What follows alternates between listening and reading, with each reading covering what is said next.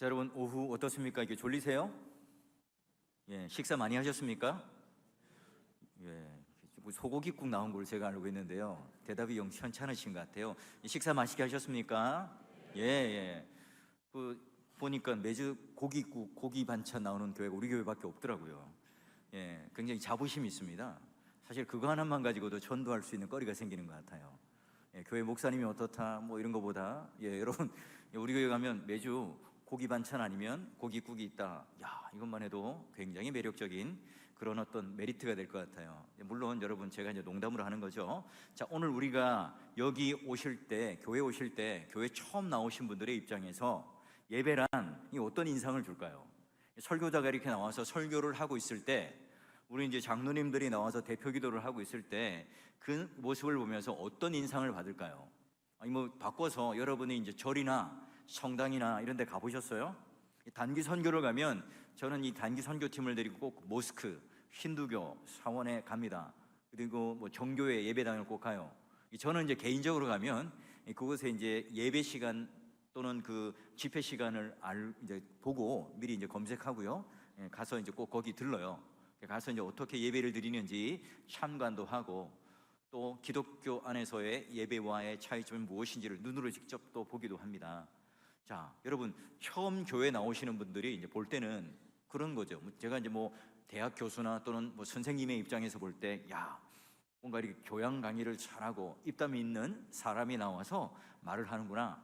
또는 여러분 뭐 TV를 보면서 문화나 또는 다양한 어떤 강좌로 느끼시는 분도 있을 겁니다.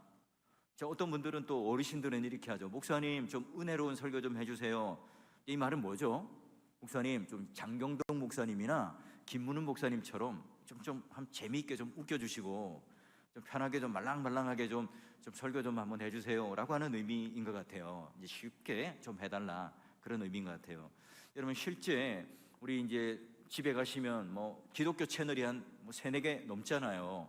그 채널을 보면 뭐 이렇게 농담도 잘하시고 또 자기의 살아온 그 인생을 막 기가 막히게 풀어내는 그런 분들도 참 많이 있어요. 근데 여러분 그 모든 것들이 다 이제 하나님의 말씀이 될까 하는 거예요. 자, 그러면 교회를 이제 갓 나온 분들에게 입장에서뿐만 아니라 오랜 동안 교회를 다니면서 우리가 이제 복음이란 뭘까? 설교란 뭘까? 이런 정의를 한번 말해보세요 하면 다 다를 겁니다. 어디까지가 설교고 어디까지가 복음이고 어디까지가 전도고 어디까지가 선교인가요? 라고 하면 제대로 정의하기 힘들어요. 자, 오늘 이제 우리가 도르트 신조 6항을 보게 될 겁니다. 와, 봄부터 했는데 지금 이제 6항밖에 가지 않았어요. 이 도르트 신조 셋째 넷째 교리가요 17항까지 있는데 올해 안에 끝날지 모르겠어요. 자, 보시면 첫째, 둘째는 이제 아직 안 하고요. 지금 셋째 교리부터 지금 하고 있는 거거든요. 자, 그 중에 이제 우리가 오늘 6항을 할 거예요. 여러분 기억나시는지 모르겠어요. 자, 보시면 이제 1항부터 한번 우리가 복습을 해보는 거예요. 1항 보니까 전적 부패, 이제 원죄를 말했고, 그로 말미암아 우리가 죄가 유전되고요. 그러므로 말미암아 우리는 모두가 다 무능해요. 우리는 성악설을 믿죠. 그래서 전적으로 무능하기 때문에 우리 스스로는 구원을 받지 못해요. 자, 그런데 우리에게 본성의 빛도 있고 율법도 있지만 그것 가지고는 부족합니다. 그래서 뭐가 필요합니까? 이제 복음이 필요합니다 라고 해서 이제 6항까지 논리적으로 넘어온 거거든요. 그래서 자, 본성의 빛으로는 하나님의 구원 사역에 대해서 조금 희미하게는 알 수 있지만 회심을 이루지는 못해요. 사실 제가 이렇게 설명드리지만 우리 이제 믿음의 선배님들은요 말로 설명하지 못할 뿐이지 이미 인생의 경험을 통해서 도르트 신조를 가지고 무슨 설명을 이렇게 막 하지는 못하지만 이게 뭔지를 이미 삶과 체험과 믿음으로 다 알고 계신 거예요. 이제 이걸 조금 이제 설명으로 풀어낸다 이렇게 여러분 생각하시면 되고, 이 젊은 분들은 아직까지 내가 살아온 날들이 적지만 미리 그런 인생의 비밀과 믿음의 비밀을 한번 내가 알아보자 이런 마음으로 보시면 됩니다. 자, 그리고 이제 율법으로도 보니까 율법이 치료책이 안 돼요. 오히려 율법을 통해서 보니까 나의 비참함, 나의 죄, 나의 연약함만 더 드러나게 되죠. 자, 그런 것 때문에 6항에서 필요한 게 뭐예요? 복음의 필요성이 대두됩니다. 자, 보시면은 이제 6항이 이제 시작되는데, 왜 그러므로겠어요? 이제 우리가 보니까 본성의 빛과 율법으로는 안 돼. 안 돼. 그러므로 본성의 빛이나 율법이 할 수 없는 그것을 이제 뭘로 한다고요? 하나님께서는 성령님의 능력으로 화목케 하는 말씀 또는 화목하게 하는 직분을 통해서 이루신다, 이렇게 되어 있죠. 여기 말하는 직분은 우리가 흔히 말하는 교회 안의 직분을 말하는 게 아니라 예수 그리스도의 메시아의 직분, 그 직분을 말합니다. 자, 그러면 오늘 이것이 이거죠. 바로 메시아에 관한 복음이에요. 이게 복음이나 직분이나 똑같은 말이에요. 자, 그래서 그 복음을 통해서 하나님께서는 뭐 한다고 그래요? 구약과 신약 아래에서 모든 믿는 사람들의 구원하시는 일들을 하나님께서 뭐 하신다고요? 기뻐하셨다. 이게 중요한 겁니다. 그러니 여러분, 오늘 성령의 능력으로, 하나님의 성령 하나님의 능력으로 말미암아 말씀, 복음, 직분, 메시아 그리스도라고 하는 직분을 통해서 오늘 우리에게 뭐예요? 구원하시기를 기뻐하시는데, 그 복음이 뭐라고요? 구약과 신약 아래에 있는 모든 것들을 풀어주시고 조명하여 주시고 알게 하셔서 그것을 가지고 깨닫고 믿게 되어서 구원받게 하는 일에 대하여 하나님께서 기뻐하신다, 그 말이죠. 그러니 뭐예요? 결론은 본성의 빛과 율법이라고 하는 것이 있지만 무능해요. 그러니 도르트 신조는 바로 이 개혁신학을 추구했던 우리 믿음의 선배들은 철저하게 삼위 하나님 중심적으로 구원을 설명하죠. 여기 지금 도르트 신조 6항에도 보면 복음이라는 단어를 설명하긴 하지만 삼위 하나님이 다 나와요. 왜죠? 하나님, 성부 하나님이 구원의 출발을 하게 하시고 성령 하나님께서 구원을 적용하게 하실 텐데, 그 화목하게 하는 직분을 누가요? 예수 그리스도께서 하세요. 그리고 나서 우리에게 주신 이 말씀을, 하나님께서 하신, 성부 하나님께서 하신 말씀을 구약이나 신약이나 바로 성령의 조명과 빛을 통해서 예수 그리스도의 십자가의 구속의 사건을 통해서 완성되게 하시고 이해하게 하시고 퍼즐이 맞게 하셔서 그걸 믿고 구원받는 일에 기뻐하게 하신다. 그러니 여러분, 이 6항 안에서도 삼위 하나님을 설명하는 하나님 중심적인 이 원리를 놓지 않고 있어요. 자, 그러기에 아무리 이제 우리가 한번 설명해 보면 복음이라고 하는 것을 설명하지만 그 복음조차도, 그 복음 자체가 하나님이 아니죠. 설교 자체가 하나님이 아니에요. 뭐죠? 복음도 믿음도 다 도구죠. 무슨 도구예요? 삼위 하나님께 구원을 받는 도구인데, 하나님께서는 그런 복음을 도구로 사용하시고 믿음을 선물로 주셔서 도구로 사용하셔서 우리를 뭘 하셔요? 구원하시는 거예요. 율법으로는 할 수 없지만, 본성의 빛으로는 할 수 없지만 삼위 하나님은 하시는 분인데, 바로 정확하게 이 말씀의 가르침을 따라 우리 신앙의 선배들, 도르트 신조 또 개혁교회 신앙의 선배들은 삼위 하나님께서 함께 연합하여 우리의 구원을 이루신다라고 하는 설명이에요. 자, 그러면 좀 좁혀보죠. 이 도구화된 말씀, 오늘 우리에게 주시는 이 복음, 말하면 교회 속에서 이 말씀과 복음이라고 하는 것은, 오늘 여기에 말씀의 권능이라고 하는 것은 대부분이 이제 어떤 거냐? 바로 이제 이 강단에서 펼쳐지는 하나님의 말씀, 설교 사역을 주로 이제 말해요. 자, 여러분, 설교가 권위가 있는 이유가 뭐예요? 최영임 목사가 박사학위를 가지고 있기 때문에, 최영임 목사가 신학교에서 공부를 좀 잘했기 때문에, 뭔가 좀 인격적으로 뛰어나고 공부를 많이 하고 열심히 있기 때문에 권위가 있나요? 아니죠. 설교자 자체의 그 퍼스널리티가 아니죠. 그 인격성이 아니라 뭐가 권위가 있습니까? 하나님, 살아계신 하나님이 그 원인인데, 그 하나님께서 말씀하셨고 그 말씀이 바로 하나님 말씀이기 때문에 바로 권위를 가지게 되죠. 뭐가 권위가 있어요? 말씀이 권위가 있는 거예요. 예배 시간에 설교되는 이 말씀에 대하여 우리가 어떤 입장을 취해야 될지 정확하게 이해되죠. 설교자는 이 청중들이 대하여, 청중들은 아무래도 설교자나 목사보다 모르는 존재고, 또한 공부를 덜 했으니까 또 이해가 적으니까 뭔가를 내가 가르쳐주고 장악한다, 이런 의미가 아니에요. 바로 이 예배 시간에 들려지는 이 설교의 말씀을 제일 먼저 듣는 1차적인 청중이 누굴까요? 설교하기 위해서 우리 찬양대 설교를 만약에 하려고 하면 목사가 뭘 먼저 봐야 될까요? 너무 쉬워서 대답을 안 하죠. 성경을 봐야죠. 그러면 제가 먼저 말씀을 들어야 되는 1차적 청중이에요.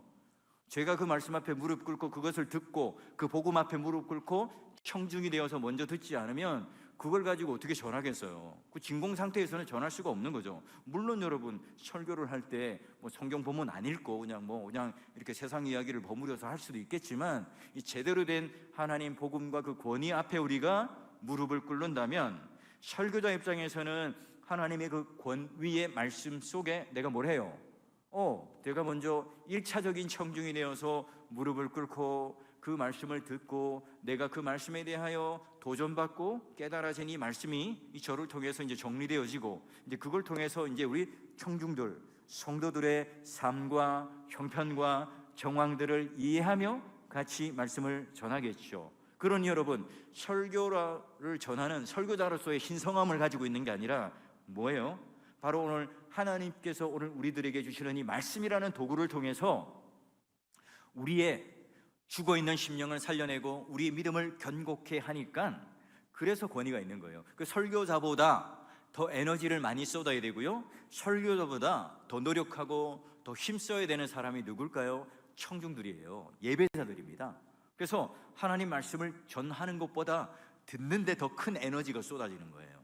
그래서 우리가 제대로 하나님 말씀과 이 복음에 대하여 도르트 신조처럼 복음 또는 직분을 통하여 신약과 구약 사이에 이루어지는 믿음으로 깨달은 것으로 구원받는 일에 기뻐한다, 이것을 우리가 마음속에 깊이 인식한다면 모든 구원은 다 하나님 주권에 있고요, 그리고 그 말씀 자체도 하나님께서 살아 역사하셔서 오늘 우리의 인격을 파고 들어올 때, 우리를 낚아챌 때, 우리를 항복시킬 때 가능한 일이 되죠.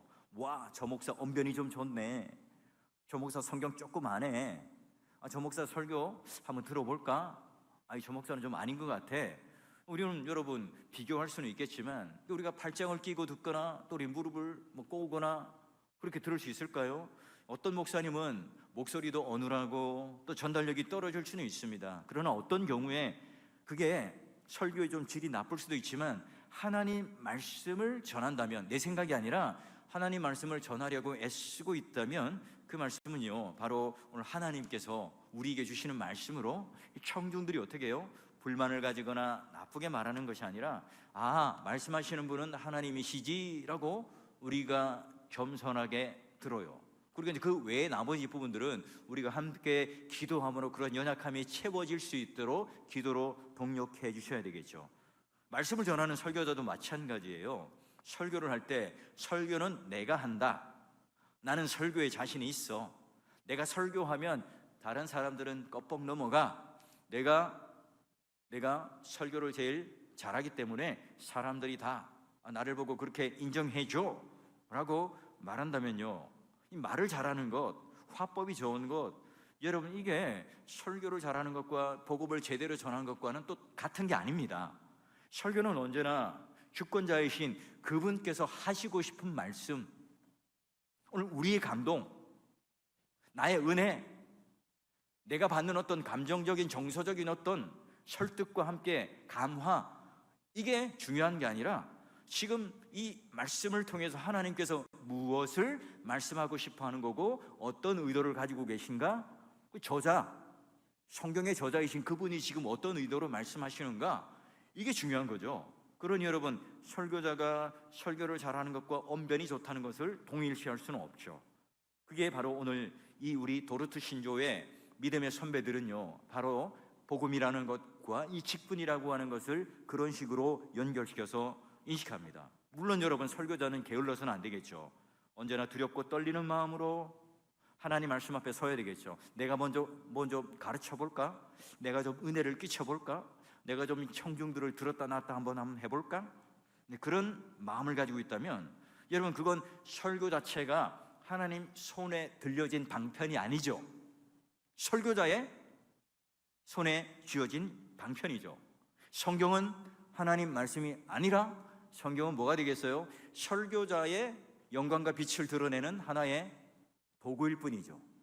하나의 증빙 자료 청구를 하는 하나의 도구일 뿐일 거예요.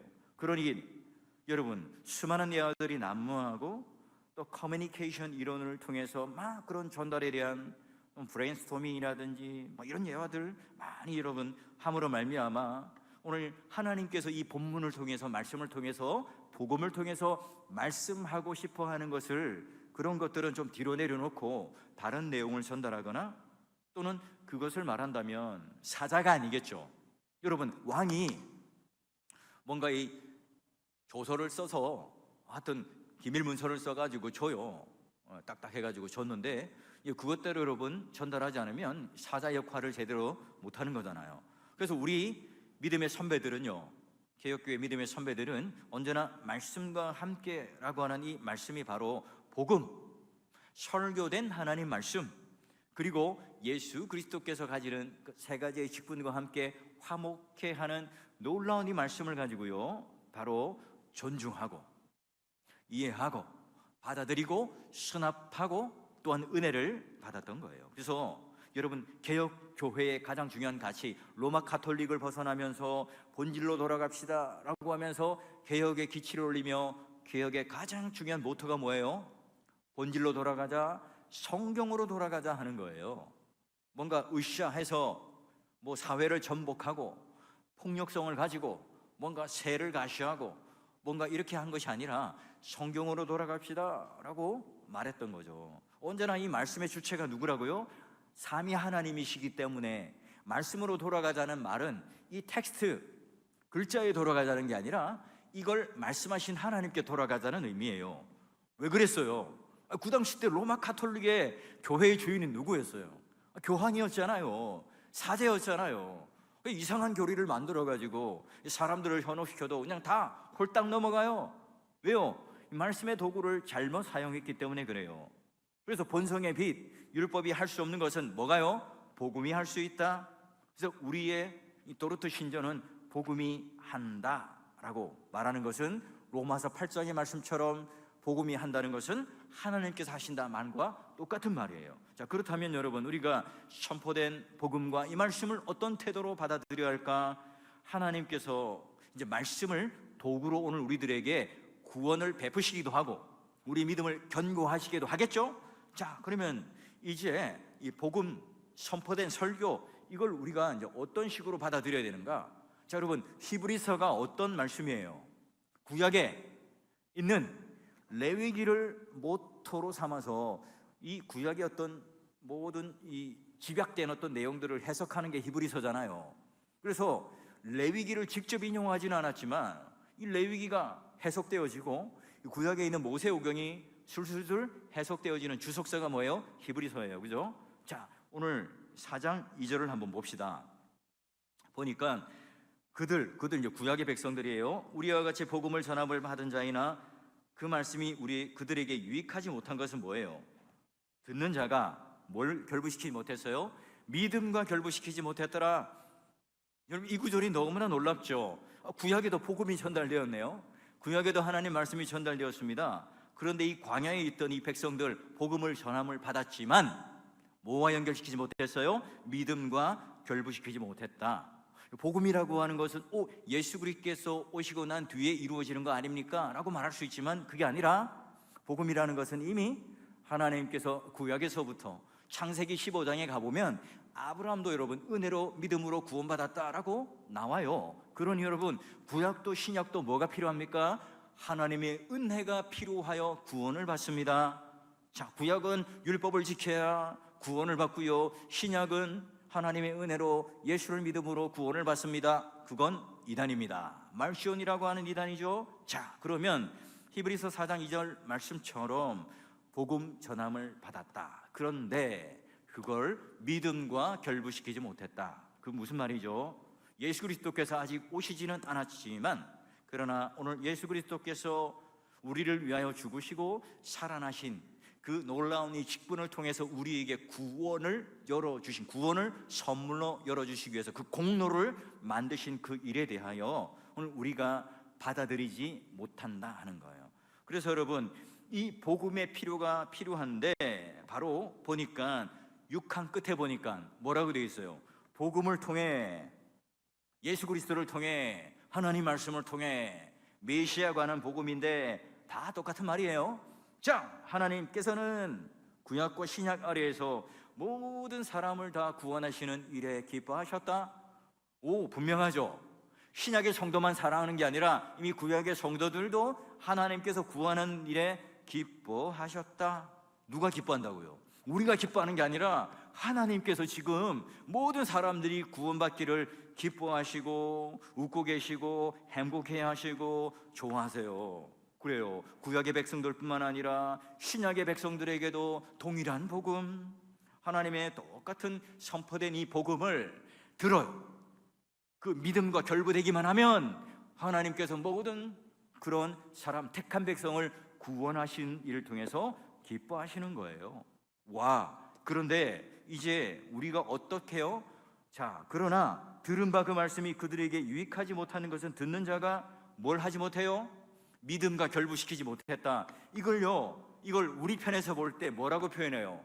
완고하다, 고집스럽다, 교만하다 이렇게 말하는 거죠. 강팍하다 이렇게 말하는 거예요.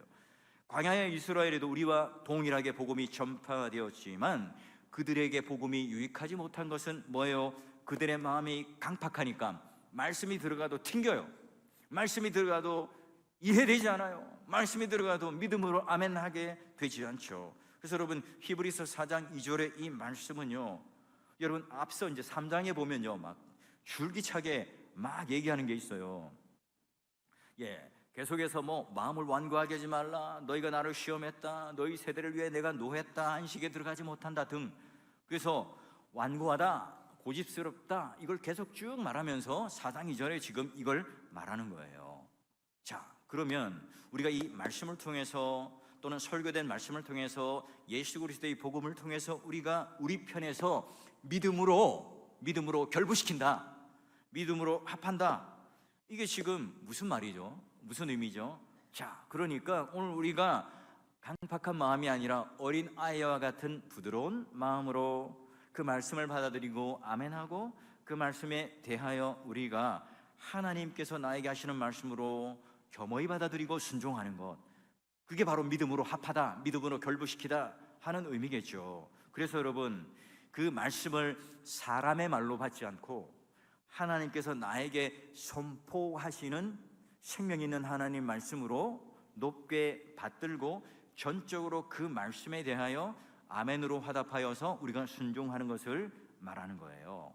그러니까 믿음이라고 하는 건 뭐죠? 믿음, 바로 복음의 이 약속이 초자연적인 것을 통해서 오늘 우리들에게 와서 똑똑똑 노크하고 습격해요.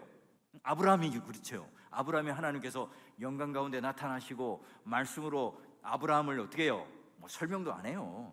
설득도 안 해요. 뭘 가지고 뭐 야 닌텐도 사줄 테니까 너 할래? 꼬시지도 않아요. 그냥 말씀으로 그냥 습격하세요. 낚아채시죠. 그래서 사람의 말로 받지 않고 그걸 압도당하는 그 아브라함이 말씀에 따라 아멘하고 출발하게 되는 것. 그래서 믿음이라고 하는 것은 하나님 편에서 출발해서 말씀으로 그 인격 하나를 낚아채고 인격으로 항복시키고, 그리고 내가 아멘하고 믿음으로 그 말씀에 이제 순종하여서 그 길을 걸어가는 것을 뭐라고 그래요? 구원이라고 말하고 믿음이라고 말하고 있어요. 그러니 뭡니까? 선물이고 은혜니까 이제 뭘 바라봐요? 예전에는 땅에 있는 것들 바라봐요. 와, 땅에 냉장고 좋은 거 나왔네, 차 좋은 거 나왔군, 야 이거 옷 명품 옷. 그래서 집에 가면 늘 뭘 봐요? 홈쇼핑. 저도 가끔씩 봐요. 왜 볼까요? 거기 나오는 뭐 아주머니들이 이뻐서요? 아니요. 그 보니까 뭐 설명을 보면 와 이거 사고 싶어요. 저도 저랑 관계 없는 건데 뭐 주얼리 뭐 또는 뭐 보니까 뭐 얼마나 뭐 설명을 잘하는지 홀딱 넘어가겠더라고요. 그래서 야 어떻게 저렇게 말을 잘하지? 야 어떻게 저렇게 설명을 잘하지? 그것 때문에 한 번씩은 보긴 해요. 자, 그런데 여러분, 오늘 우리가 그런 하나님께서 우리에게 완고하게 받아들이지 말고 믿음으로 합하라, 이 주제가 결국은 뭐로 갑니까? 인간 설교자도 아니고 성경이라고 하는 것 자체도 아니고 바로 하나님이 주체라고 할 때 오늘 우리가 설교자도 하나님 말씀을 듣는 자도 그 태도가 무엇인지를 우리는 몇 가지 살펴봤죠. 그래서 설교의 말씀의 주인은 결국은 저 목사도 아니고 그 목사도 아니고 그 메시지도 아니고, 그래서 설교자 입장에서는 내가 말한다라고 말하지 않죠. 그래서 예전에는요, 설교 이 말씀 성경 구절을 읽을 때 모두가 다 일어나서 성경 구절을 읽었어요. 요즘에 보니까 교회가 그렇게 하는 교회가 있더라고요. 그리고 또 할 수만 있다면 사도신경을 우리가 고백할 때도 딱 이렇게 가슴에 좀 손을 이렇게 모으고, 제가 이제 몇 주부터 그렇게 해봤어요. 손을 모으고 사도신경을 고백한다든지, 이런 식으로 좀 우리가 믿음이라고 하는 것은 그냥 좀 형식화되고 관습화된 것들을 한번 내려놓고 하나님 말씀을 들을 때 이 하나님께서 탄식하는 심정으로 우리들에게 오셔서 말씀하시는, 들려주시는, 말씀을 거시는 그 입장에서 한번 우리가 생각해 보자는 거죠. 주님, 나는요 믿음에 합할 줄 모르는 자입니다. 내 바깥에 있는 그 믿음을 허락하여 주시고, 주여, 너는 깨달을 수 있는 힘이 없는 아주 연약하고 완악하고 완고한 자입니다. 구약의 바로와 같고요, 바벨론의 그 느부갓네살과 같은 그런 존재입니다. 내가 왕이 되려고 해요. 바벨탑을 쌓아서 내 이름을 막 창대케 하는 그게 오늘 내 마음의 본성입니다. 하나님, 저에게 겸손한 마음과 깨달을 수 있는 힘을 좀 주세요 하는 기도를 가지고, 여러분 딱 교회 예배당 오면 먼저 예배드리기 전에 그런 기도를 해야 되지 않겠어요? 우리가 선포된 하나님 말씀 앞에 완고하게 되지 않는 것, 그 뭐죠? 바로 히브리서 말씀처럼 오늘 그 말씀이 하나님께서 나에게 하시는 말씀이다. 그리고 히브리서 4장 12절에 보게 되면, 이건 4장 7절은 그거고요, 12절 보게 되면 우리 한번 같이 한번 읽어보도록 할까요? 읽습니다. 시작. 하나님의 말씀은 저위에 날선 어떤 검이라도 예리하고 혼과 영과 및 관절과 골수를 찔러 쪼개기까지 하며 또 마음의 생각과 뜻을 판단하시나니. 아멘. 설교자가 말씀을 연구를 해서 말씀을 쪼개고 분석하는 자가 아니에요. 여러분도 마찬가지입니다. 여러분이 청중으로 앉아서 그 말씀을 쪼개고 분석하고 하는 게 아니라, 말씀이 뭐예요? 살아있는 하나님의 말씀이 검이 되어서 나를 쪼개고 또한 나의 뜻을 판단하고 나를 분석하고 나를 살려내는 것이 뭐예요? 말씀인 거죠. 근데 우리는 항상 거꾸로 돼 있어요. 우리가 자꾸 이 말씀을 쪼개고 판단하고 뭔가 분석하려고 그러죠. 그러다가 뭘로 갑니까? 자유주의 신학으로 가요. 그러다가 뭘로 갑니까? 인본주의 신학으로 가버리는 거죠. 그러니 여러분, 오늘 우리가 이성과 과학의 모든 잣대로 성경을 보려고 하니까 안 맞는 거예요. 하나님 말씀이 뭐예요? 그 말씀을 듣는 나를 압도해요.